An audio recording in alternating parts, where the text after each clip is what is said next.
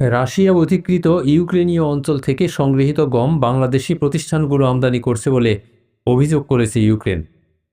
আর এই চুরি করা গম আমদানির অভিযোগে বাংলাদেশের বিভিন্ন প্রতিষ্ঠানের উপর নিষেধাজ্ঞা দিতে ইউরোপীয় ইউনিয়নকে অনুরোধ করবে দেশটি। খবর রয়টার্সের।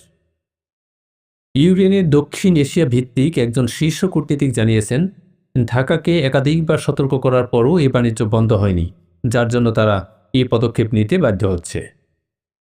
2014 সাল থেকে রুশ বাহিনী ইউক্রেনের দক্ষিণাঞ্চলের বিস্তৃত কৃষিভূমি দখলে রেখেছে। 2022 সালের পূর্ণমাত্রার আগ্রাসনের আগেই ইউক্রেন রাশিয়ার বিরুদ্ধে গম চুরির অভিযোগ তুলেছিল। তবে রাশিয়ার দাবি, অঞ্চলগুলো এখন রাশিয়ার অংশ এবং তারা নিজেদের গমই রপ্তানি করছে।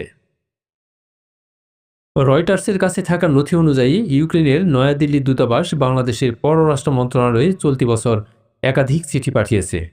ওইসব চিঠিতে রাশিয়ার কফকাজ বন্দর থেকে আমদানিকৃত 1.5 লাখ টনের বেশি চুরি করা গম প্রত্যাখ্যানের আহ্বান জানানো হয়। ভারতে নিযুক্ত ইউক্রেনের রাষ্ট্রদূত ওলেকজান্ডার পোলিশচুক বলেন, চিঠির বিষয়ে ঢাকা কোনো জবাব দেয়নি, যার জন্য ইউক্রেন এখন বিষয়টি ইইউতে উত্থাপন করবে। আমাদের গোয়েন্দা তথ্য অনুযায়ী রাশিয়ার গমের সঙ্গে অধিকৃত ইউক্রেনীয় গম মিশিয়ে বাংলাদেশে রপ্তানি করা হচ্ছে। এ বিষয়ে যোগাযোগ করা হলেও বাংলাদেশ ও রাশিয়ার পররাষ্ট্র মন্ত্রণালয় কোনো মন্তব্য করেনি বলে দাবি করেছে রয়টার্স। তবে বাংলাদেশের খাদ্য মন্ত্রণালয়ের এক কর্মকর্তা রয়টার্সকে বলেন, রাশিয়া অধিকৃত অঞ্চলে উৎপাদিত গম ঢাকা আমদানি করে না। বাংলাদেশ কখনো চুরি করা গম আমদানি করে না। রয়টার্স বলছে, ইউক্রেনের দূতাবাস বাংলাদেশের সরকারের কাছে 4টি চিঠি পাঠিয়েছে। এসব চিঠিতে তারা সেসব জাহাজের নাম ও রেজিস্ট্রেশন নম্বর উল্লেখ করেছে যেগুলো রাশিয়ার অধিকৃত ইউক্রেনীয় অঞ্চল থেকে গম পরিবহনের সঙ্গে জড়িত। এসব জাহাজ কবে রাশিয়ার বন্দরগুলো থেকে ছেড়ে এসেছে সেই তারিখও উল্লেখ আছে চিঠিতে। গত 11 জুন পাঠানো এক চিঠিতে ইউক্রেন হুঁশিয়ারি দিয়ে বলেছে, চুরি করা গম গ্রহণ করলে বাংলাদেশ গুরুতর নিষেধাজ্ঞার মুখে পড়তে পারে।